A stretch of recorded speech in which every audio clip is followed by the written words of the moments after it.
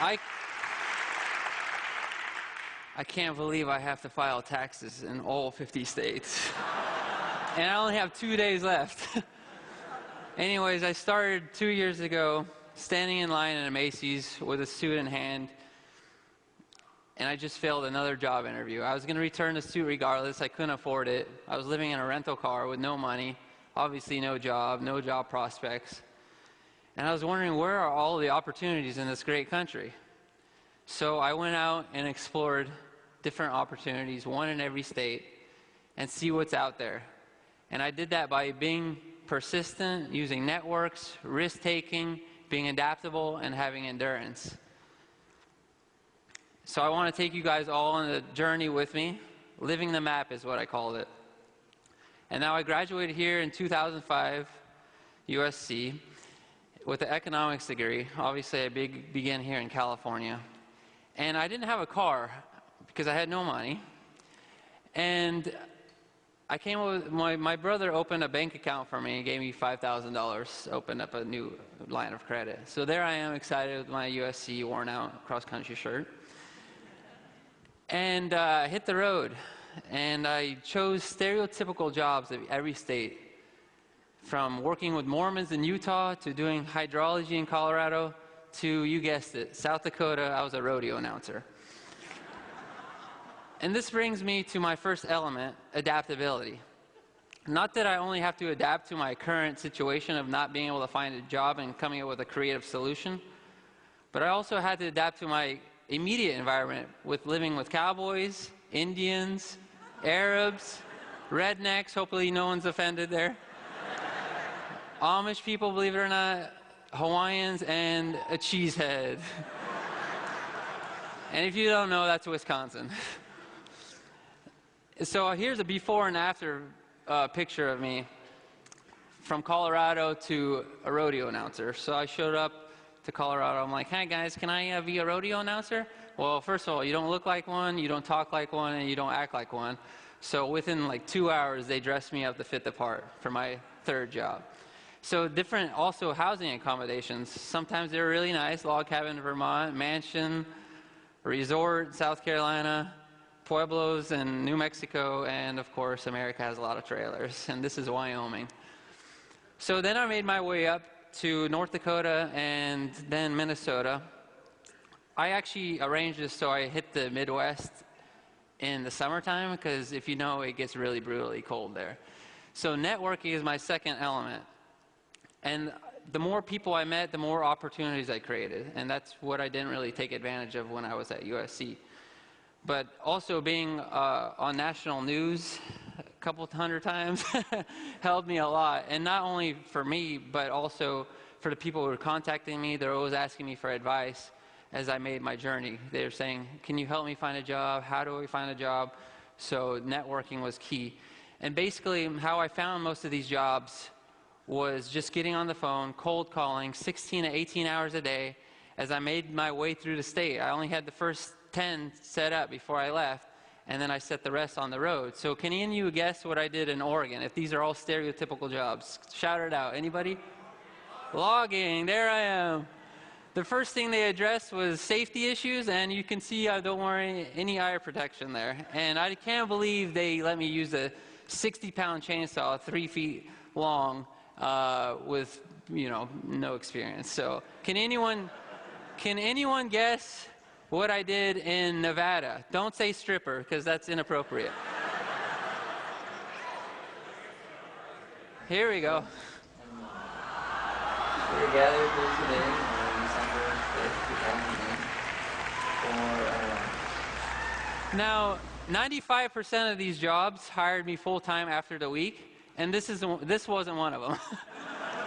That was the only ceremony I did. Other than that, I was driving a limousine and being a florist and all those other duties. But the drive started getting long, and averaging 800 to 1,000-mile drives on the weekend to do jobs like this, meat packing in Kansas. And I made my way to the south and eating all sorts of different foods. I actually got sick a couple times.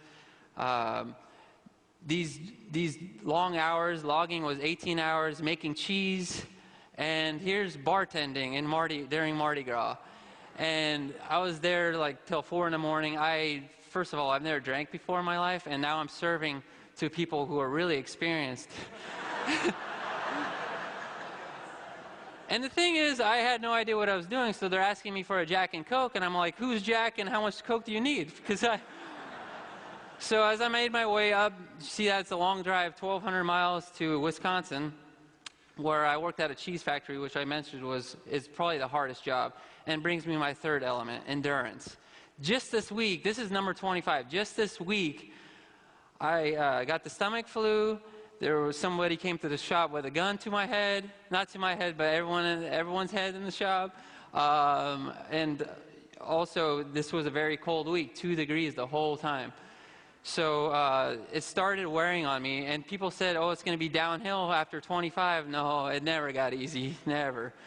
So I flew up to Vermont, made syrup, and in Kentucky, I worked on a horse farm. So I'm going to let you guys watch this because I'm a big fan of learning by doing, and this is a perfect example. She won't bother. Going about that far, you should feel 2 feet in the nose. Reach on in there. You're okay. You're not going to hurt anything. No, believe me, that fold's coming out of there. You're not going to do anything. Oh my God. You're okay. You're good. This is the most uncomfortable thing I heard down in my life. That's right. Doesn't get better distance Kentucky at all.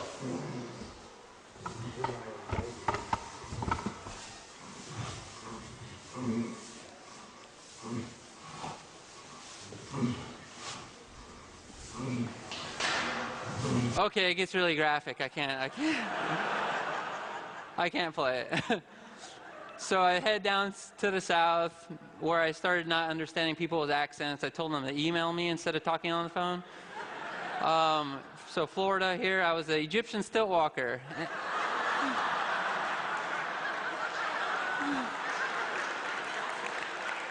And did I fall? Yeah, a couple times.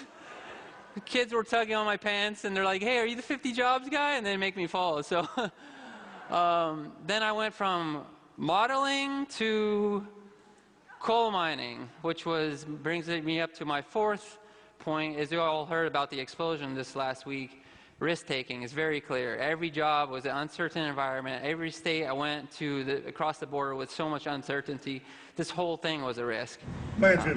Here's the coal mine. Let me show you something. That's it. Can't see a thing. Only thing you can see is that little camera light on right there. So, Now, right now, we're about a 1/4 mile deep. And we're going to go a lot deeper than that. Okay. All right, Don. can anyone understand him? So my project's not only about jobs, it's also about different cultures.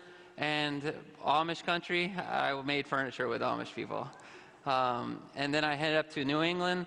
The drives were a lot shorter, but a lot more difficult because they're very crazy drivers in New England. Boston, New York, New Jersey, oh man, talk about risk-taking and paying a lot of tolls. And then I head up to my last element, which is perseverance. There's no way I would have been able to do this if I gave up once. I've been rejected 4,000 to 5,000 times setting this up, cold calling, and I was just used to rejection, not being able to find a job coming out of USC. So, and then I flew to Alaska and Hawaii. I was a surfing instructor.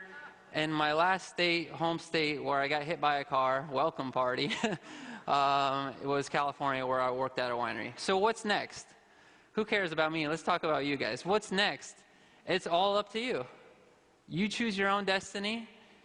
I've went through so many obstacles to get where I am now, and it's all self-drive, self-motivation, because when I was an athlete here in college, the coach gave me all the advice and feedback and strategies that I needed, but once that gun went off, it was up to me. It's up to me to win that race and complete it. Thank you for listening to my presentation.